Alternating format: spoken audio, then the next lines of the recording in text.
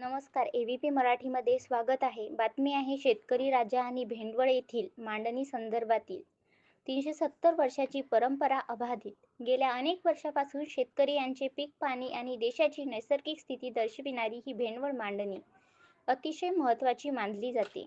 बुलढाणा जिल्ह्यातील जळगाव जामोद तालुक्यातील भेंडवळ गावात ही मांडणी केली जाते. आज पहाटे 20 एप्रिल रोजी या मांडणीचे वर्षभरातील भाकीत जाहीर करण्यात आले. हे भाकीत चंद्रभान महाराज यांचे वंशज सारंगधर महाराज वाघ आणि पुंजाजी महाराज वाघ यांनी जाहीर केले. घटनांतील भाकितात यंदा पिकांची नासाडी, देशात रोगराईचा प्रादुर्भाव दर्शवण्यात आला. यामध्ये नेमके कुठले पिके आणि काय साधारण परिस्थिती असेल बघूया.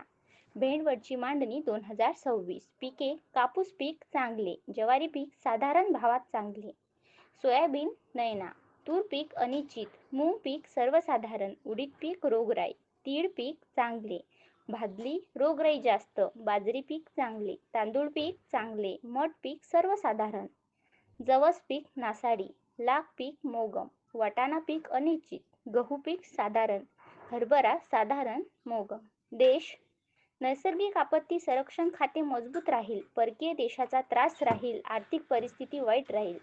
पाऊस: जूनमध्ये कमी, जुलैमध्ये साधारण, जूनपेक्षा जास्त, ऑगस्टमध्ये अतिवृष्टी, तर सप्टेंबर चांगला अवकाळी पाऊस. अशा प्रकारे साधारण या वर्षीचे भाकीत सांगण्यात आले आहे.